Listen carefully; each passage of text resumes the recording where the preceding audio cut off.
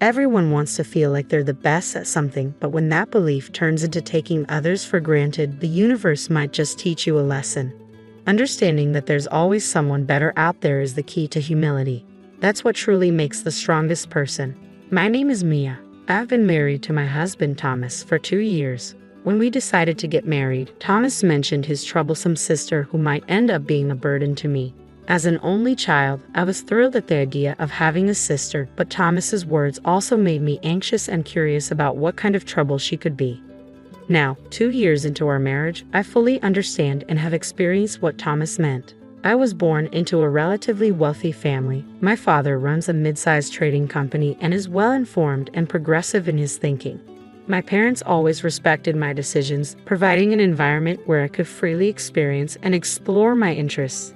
In 2008, during the Lehman Brothers collapse, I was an 11-year-old elementary school student.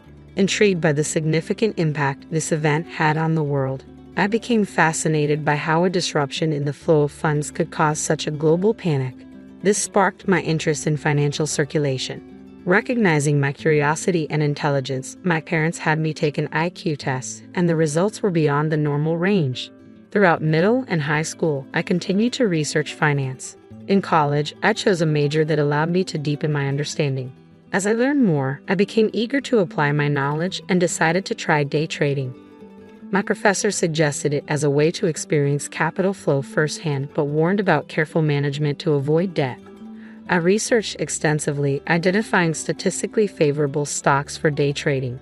Starting with a modest sum of all the allowance I had saved up, I engaged in buying and selling the same stock within the same day, or starting with the sale and then buying it back before the day ended. This meant results came quickly. My predictions were spot on, and though the increases were modest, my funds grew steadily through this process and gradually increasing my investments. I managed to grow the initial amount by more than 50 times in a year. While the original sum was modest, I wasn't certain how impressive this achievement was on a larger scale. However, that wasn't my primary concern. What mattered most to me was whether the answers I had derived through research were correct. During the university seminar, I met Thomas, a student known for his analytical skills. We often found ourselves in agreement on many topics, which fostered a close bond between us. Following graduation, I had planned to join my father's company, but Thomas pointed out an opportunity at a foreign investment firm on our graduation day. At the subsequent celebration, Thomas confessed his feelings for me, and I immediately accepted. His intelligence was comforting, and his understanding nature put me at ease. As we embarked on our respective career paths, our relationship strengthened. Inspired by the concept of trade at my father's company, I researched foreign companies to gain negotiation advantages and establish a solid foundation for our deals. Meanwhile, Thomas used his analytical prowess to identify profitable investment opportunities, earning high praise within his firm. Despite our busy schedules, we prioritized dates, refreshing each other before diving back into work. Over 5 years, our careers blossomed and our relationship deepened. We became each other's support system, indispensable in our lives. It felt like the perfect time to take the next step forward. I want to spend the rest of my life with you, Mia. Will you marry me? Thomas's proposal was met with an immediate and wholehearted acceptance from me. I couldn't wait to begin our life together. During the family meeting, Thomas hesitated before sharing something important. There's something about my sister Alice that you should know. He started cautiously. She's a bit difficult and might cause you some discomfort or inconvenience. Alice, Thomas's younger sister by 2 years, was known to be challenging. From a young age, she had been exceptionally bright, even more so than Thomas, who himself was considered a prodigy. This dynamic made them a notably remarkable pair in their neighborhood. As Alice grew older, her intelligence sometimes translated into a sense of superiority, viewing others as foolish and often looking down even on Thomas. This competitive spirit led her to enroll in a different but equally prestigious university, always boasting that hers was superior to Thomas's choice. In her career, she joined a rival investment and consulting firm, claiming mastery in investment strategies. However, Alice's attitude of superiority left her without close friends and seemingly without a significant other, harboring insecurities behind a brave facade. She believed no man was good enough for her, always striving to prove herself stronger than anyone else. Thomas worried that our engagement might bruise Alice's pride further, knowing her constant need to compete with him. He feared how she might react and was concerned about her attempt to assert dominance. I tried to reassure Thomas with a light-hearted "it's okay," but his worries seemed unending, leaving me even more curious about his intense sister. I finally met the infamous Alice at a family meeting. Her sharp, intelligent beauty was unmistakable, though she exuded a cold demeanor. I wasn't sure if that was just her nature or my own preconceived notions. Thomas's parents were kind and humorous, which put me at ease about getting along with them. Apart from the initial greeting, Alice remained silent, simply eating her meal while watching me, as if assessing me. After the meeting, as everyone was leaving, Alice pulled me aside. "I wondered what kind of person you would be, but you're nothing special, are you?" she remarked coolly. "Just a girl who got a job at her parents' company and is probably slacking off."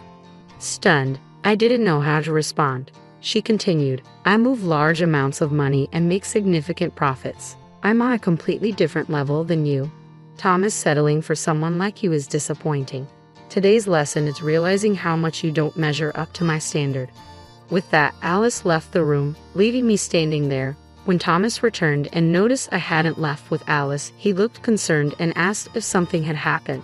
I brushed it off with a laugh, saying it was just a minor jab. He apologized for Alice's rudeness, but I assured him it didn't bother me, though I wondered what would happen the next time we met. Strangely, I found myself looking forward to the wedding. "That'll be interesting," I remarked to Thomas, surprising him. Our wedding was a grand affair, attended by family, friends, and colleagues from both sides. Thomas and I declared our eternal love and enjoyed a wonderful time with our guests. Throughout the event, Alice appeared grumpy and irritated from the start. I had heard from Thomas that Alice had neither friends nor a romantic partner, so I could somewhat understand her feelings, which I found slightly amusing. During a break for a wardrobe change, as I waited for the staff to assist me with my wardrobe change, Alice entered without warning. "This happiness of yours is only for today," she remarked coldly. "A plain woman like you won't get the spotlight. After this, you're just going to leech off Thomas' earnings, aren't you? I can't understand how anyone could be satisfied with that. On the other hand, I've climbed up on my own. I'm on a completely different level. I'll find someone even better than Thomas and have an even grander wedding."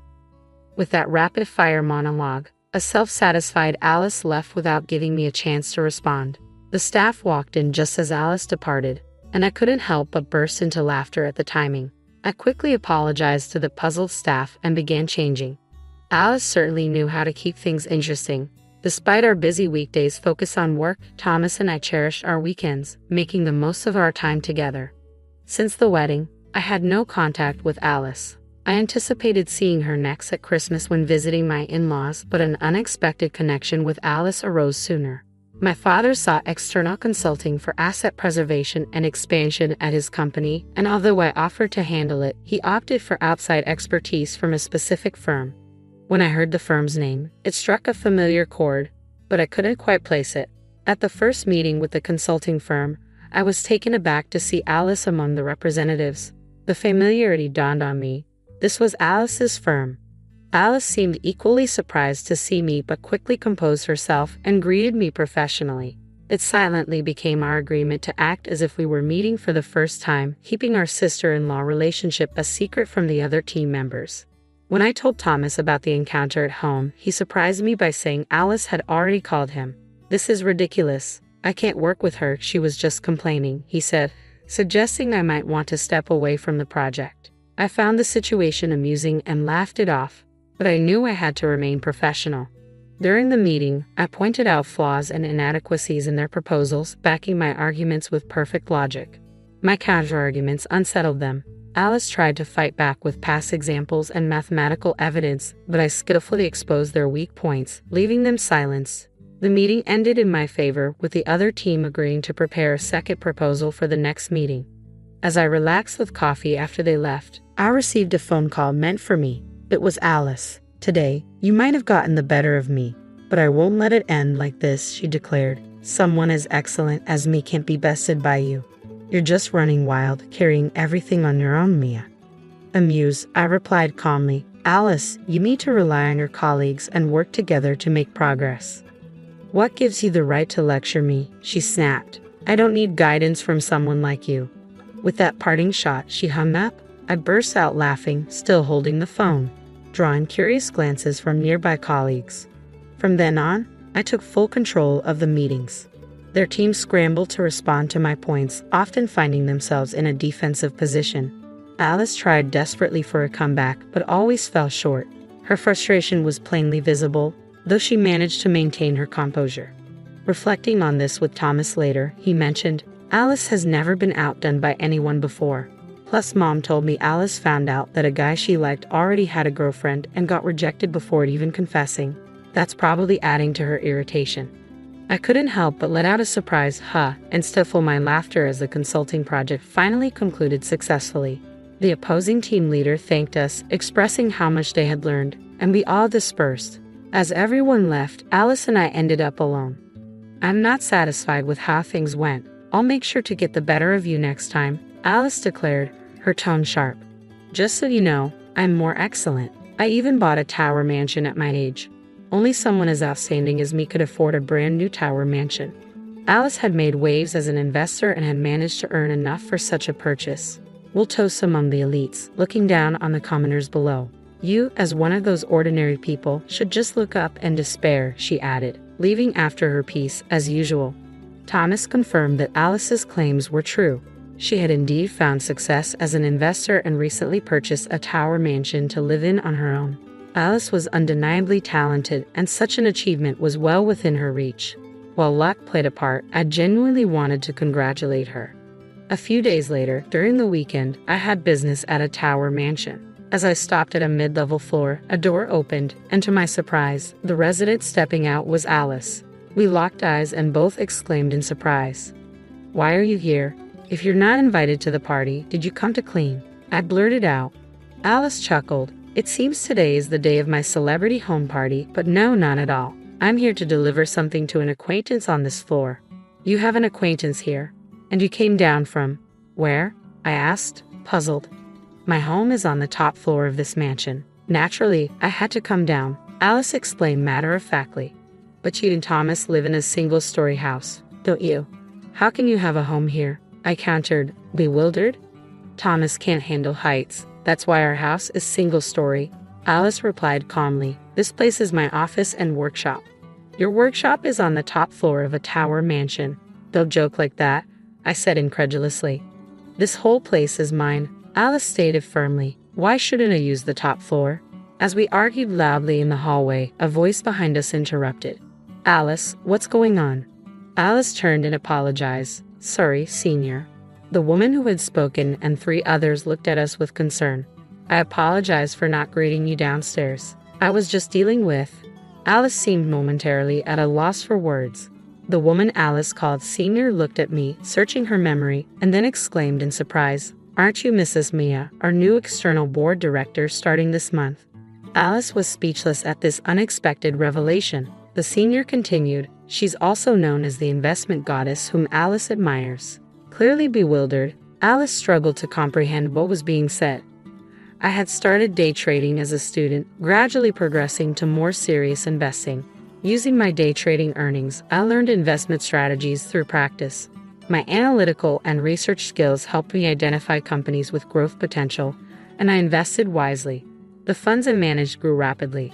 My father provided me with the freedom to use a piece of land he owned in the city center, where I began building a tower mansion, following the trend of mansion investments.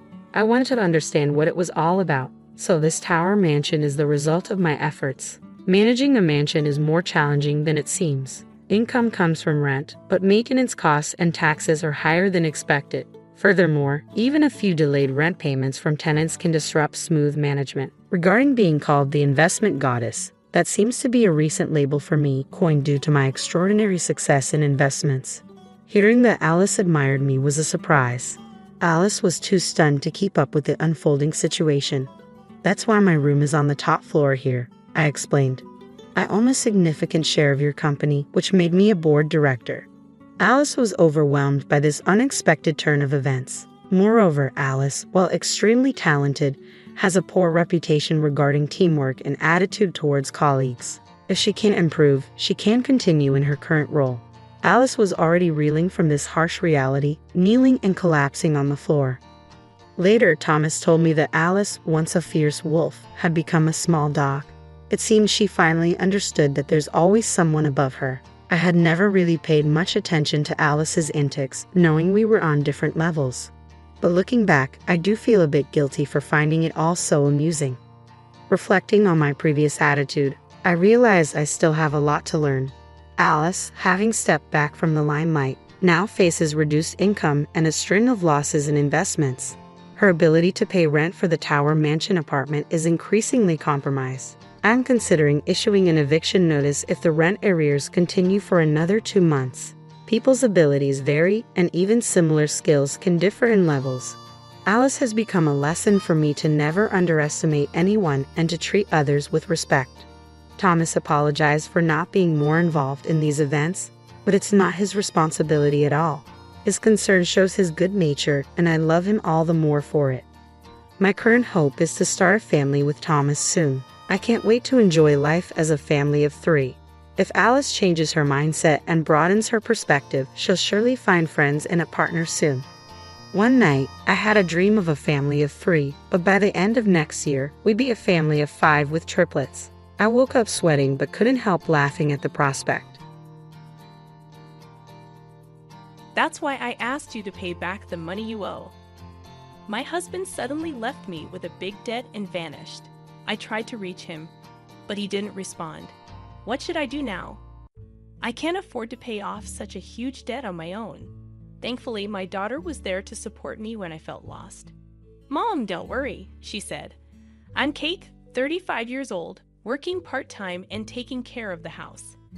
My husband's name is Rogan, and we have a daughter." Rogan and I met at a social event where I was feeling nervous, but he approached me and made me feel comfortable. We hit it off and exchanged contact details. As we kept talking, I started feeling something special for Rogan. Soon enough, we began dating. Who would have guessed I'd end up dating someone I met at a mixer? After our first date, I told my older sister Talia about Rogan. She burst into laughter, saying, "Really? I never imagined you'd find a boyfriend at a mixer. I thought you'd date someone from work or something." I've always been shy and not great at socializing. Even as an adult, I rarely went to parties. It's quite a surprise, isn't it? You only went to help out, right? Exactly. When I showed Talia a photo from our date, she said, "He's surprisingly good looking." After catching up, we said goodbye for the day. Talia is still single and seems content with it, not really interested in getting married or having a boyfriend. While I respect her choice, I'm excited about my future with Rogan. If things go well and we get married and have kids, that would be wonderful. On my way home, I couldn't help but smile. A few years later, Rogan and I got married. I remember his proposal so clearly. It was such an emotional moment. I couldn't stop crying tears of joy. Moving into our new apartment marked the beginning of our life together as a married couple. We used to live apart, so being with Rogan every day felt like a dream come true. Even though our work schedules were different, we made sure to have dinner together, sleep side by side, and cherish every moment. On our days off, we'd relax at home or go for drives, enjoying each other's company. The arrival of our daughter, Rhea, brought even more joy into our lives. She was so tiny and adorable. Her birth was an incredibly emotional experience that I'll never forget. Since Rita was born, I felt like I found true happiness. Our parents and relatives were thrilled too, sending us lots of gifts to celebrate. Just before Rhea was born, I quit my job to focus on taking care of my family. Rogan has always been supportive, helping with household chores and taking care of Rhea, even when he's tired. He'd often say, "I'll look after Rhea so you can rest." I'm grateful to have married such a wonderful person like him. Living with Rogan, who loves and cares for us so deeply, has been incredibly heartwarming. However, a few years down the line, I found myself regretting marrying Rogan deeply. Several years after Rhea was born, Rogan surprised me by resigning from his job. He explained that he had been struggling with a new boss, which had taken a toll on his mental health, leading him to quit. While I understood his reasons, I couldn't shake off the feeling of frustration. Why hadn't he discussed this with me beforehand? Our family relied on his income, so such a significant decision should have been made together. That was unexpected. Have you thought about what's next? I asked. Don't worry, I'll figure it out. He replied vaguely. His response didn't ease my concerns, but I had no choice but to trust him. Luckily, Rogan found a new job relatively quickly. That's a relief. I thought about working too, but with Raya still young, I want to be there for her, I explained. Is everything going well at the new job? I asked. Yeah, it's fine, he replied curtly. I sensed something was off, but I didn't want to push in further. So I handed Rhea to him and went to take a bath.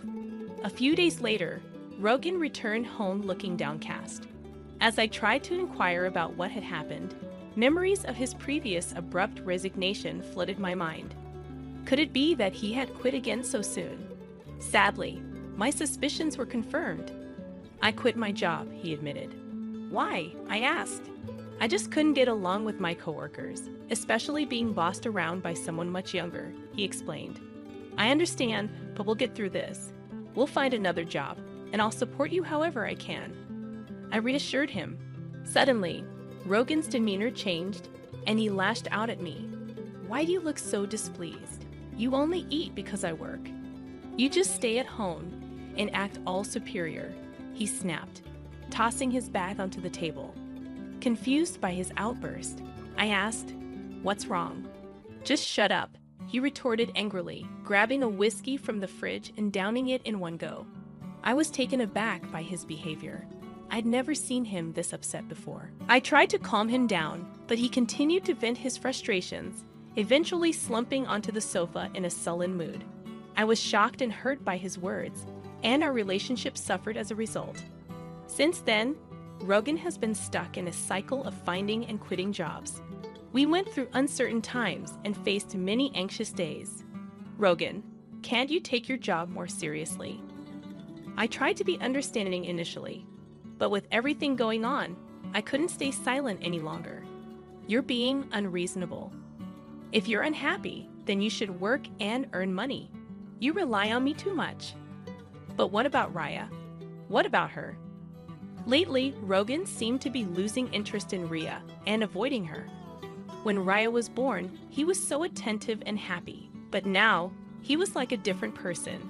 No matter how much I pleaded, he showed no interest in finding work. Eventually, I had to leave Rhea with Talia and start working myself. I'm sorry to burden you with this, I told Talia. It's okay. Rhea and I will be fine, she reassured me. Rhea had just started kindergarten, so leaving her with Talia wasn't too concerning. I trusted Talia to take care of her, and Rhea was surprisingly mature and calm for her age. She enjoyed reading newspapers and could write long sentences. Rhea was quiet and composed, and I worried if she would make friends at kindergarten. But she surprised me by making many friends and enjoying her time there. It was heartwarming to see as a parent. With Raya settled in kindergarten and Talia looking after her, I felt confident about working outside the home. When I started job hunting, I was surprised to land one quicker than expected. So I began working full-time, and the pay was better than I had hoped for. Even if Rogan didn't have a job, our finances would likely be stable. Luckily, the work environment was pleasant, and despite the busy days, I enjoyed it. After a few years, Rogan finally found a stable job too. It seemed like he had found a workplace that suited him. I felt a huge sense of relief knowing this. Over time, Rogan's mood improved, and he started to resemble the man I married. He became more considerate of my work-life balance, asking if I was tired or if work was tough. I was surprised by his change. Maybe having a stable job gave him peace of mind. Rhea was growing up well, and Rogan became a caring father to her again. Seeing them play together always made me happy, but the thought of quitting my job and returning to the old ways made me anxious. So I continued to rely on Talia for childcare. How's Rhea? Is she doing okay? Don't worry, she's happily playing, Talia reassured me. As long as Rhea was happy, I felt at ease. I still depended on Talia and had been thinking of treating her to something special to show my gratitude. Several years passed, and Ria was now in the 3rd grade. She went to school every day with excitement. Our family remained close-knit and loving, just like before. I pondered over what had caused the previous strain between Rogan and me. Our home life now felt stable, as if past issues had been resolved. Then one day, Rogan suggested something unexpected. "Have you thought about getting a new car?" he asked. "A new car?" I replied, surprised. "Yes, our current one is reliable, but it's getting old. If it's becoming too costly to maintain," I agreed, realizing our car had been with us for a long time and repair expenses were mounting. "You might be right. Maybe it's time for a new one." I thought you'd agree. "I've already gathered some catalogs," he said. I didn't expect him to be so enthusiastic about it, but we began looking through the catalogs together. "Ria, come here. Which car do you want to ride in? Let's choose together." Rogan called out to our daughter. The 3 of us enjoyed picking out a car together. Little did I know, this day would lead to unexpected events. A few months later, the new car arrived. It was a brand new model, costing over $155,000, and the loan was in my name. Normally, Rogan's name would be on such a loan, but given his job history, we feared rejection. I resolved to work even harder to pay off the loan, and I believed Rogan felt the same way. That's what I thought. But my hopes were crushed in an instant. Rogan stopped coming home, disappearing with the new car we had just bought. Did he get into some kind of trouble? What should I do? Just then, my phone rang. It was Rogan. "Rogan, where are you? What's going on?" I couldn't hide my concern. "Relax," he said. "You vanished out of nowhere, and the car is gone. Are you in trouble?" I tried to explain how worried I had been, but Rogan laughed and dropped a bombshell. "I found someone else. She's more important to me than you." "What? What are you saying?" "I've fallen in love with someone else. I've already started the divorce process. Please don't interfere." "Divorce? I can't believe this." I was stunned by the mention of divorce, but then I remembered a heated argument we had before. Filing for divorce meant we both agreed to end our marriage. I regretted letting my emotions get the best of me then. "Oh, and I have a debt. You'll have to repay it," Rogan added casually. "What? How much?" "Around $200,000. You'll handle the payments." With that, he hung up abruptly. I never imagined something like this could happen to me. Were all of his kind gestures just a facade? As these thoughts flooded my mind, I felt my strength drain away. "Mom, what's wrong?" Raya asked, rushing to my side with concern as I sank to the floor. "It's okay, sweetheart." "Thank you." I reassured her, trying to maintain a brave front even as anxiety gnawed at me. How would I manage with such a huge debt hanging over us? The thought of $200,000 weighed heavily on my mind. And then there was the car loan to worry about too. In a panic, I checked my bank balance, searching every nook and cranny for my ATM card, but it was nowhere to be found.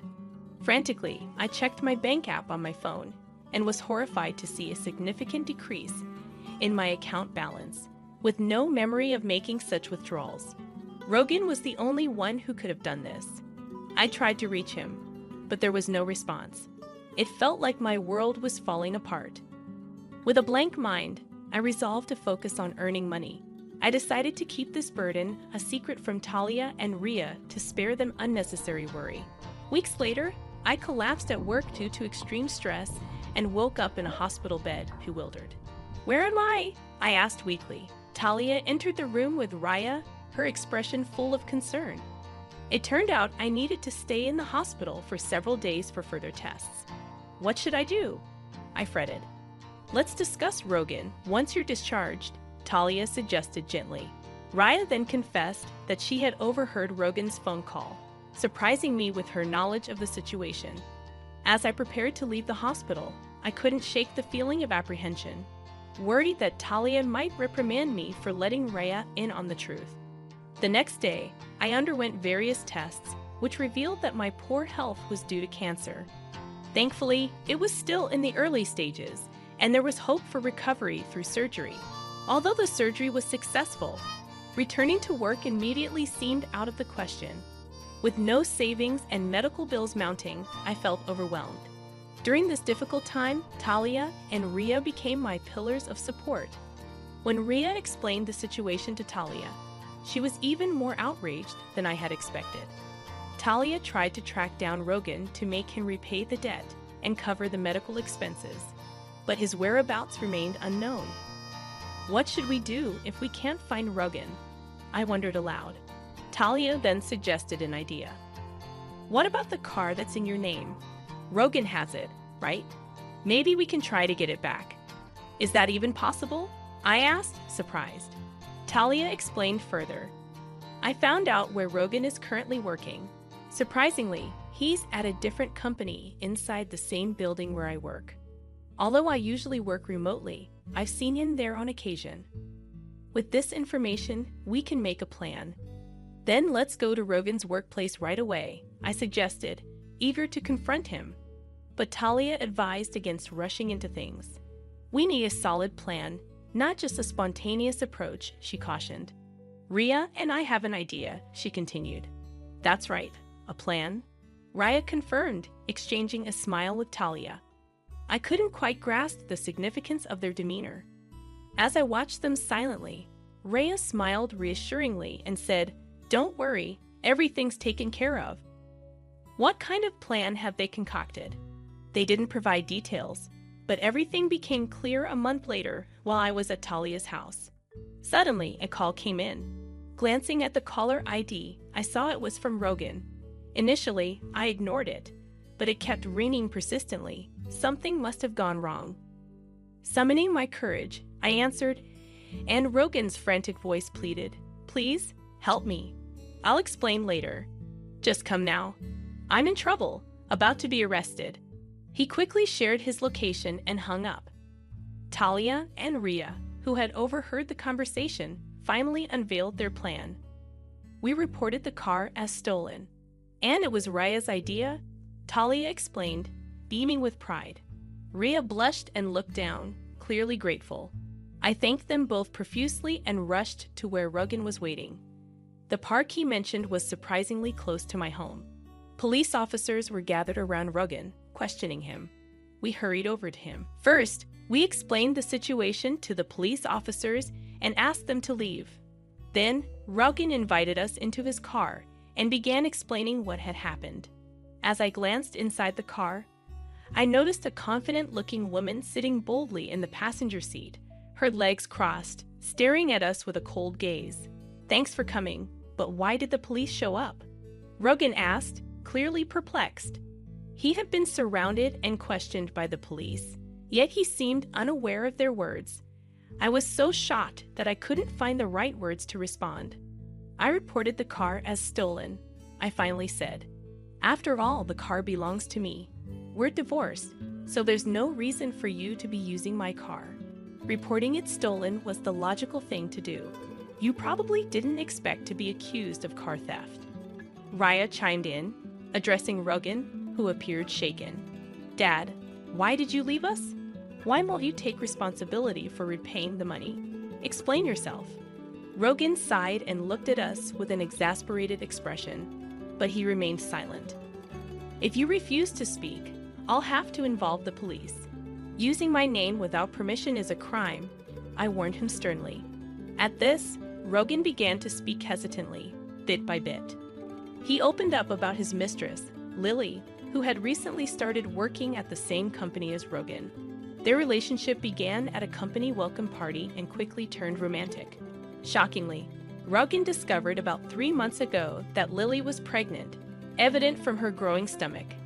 So you chose her over us and left? I questioned, my tone sharp. Talia chimed in, interrupting Rogan's attempt to explain. She criticized his past actions, including his irresponsible behavior toward the family, frequent job changes, and quick temper. Rogan, seemingly lost in thought or simply ignoring Talia, remained silent, while Lily's irritation was evident. She pressed him about the $200,000 debt, but he stayed silent. Then Lily dropped a bombshell.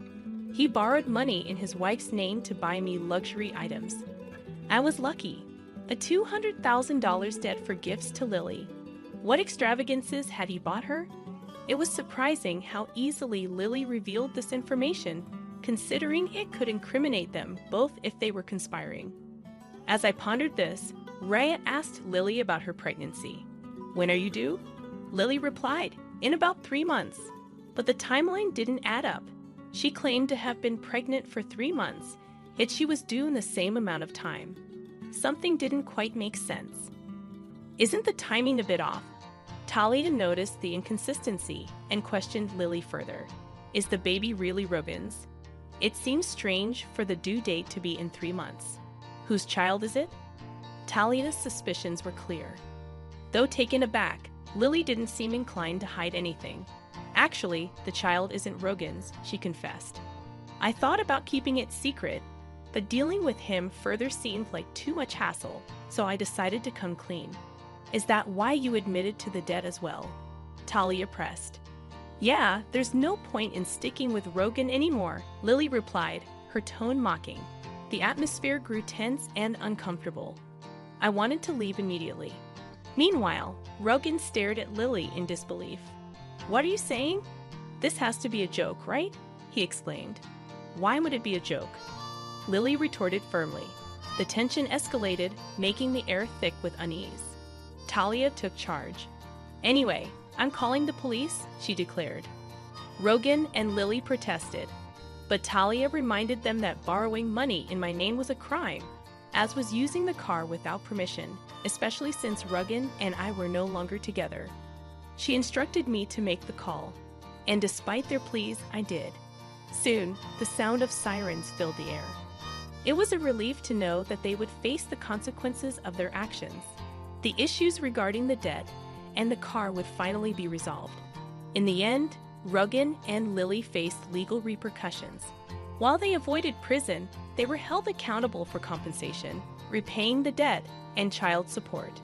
Despite attempts to lessen their obligations through legal means, Rhea's secret recording served as damning evidence, leading to their requests being denied. Rita decided to record the conversation after being inspired by a scene from a TV show she watched with Talia.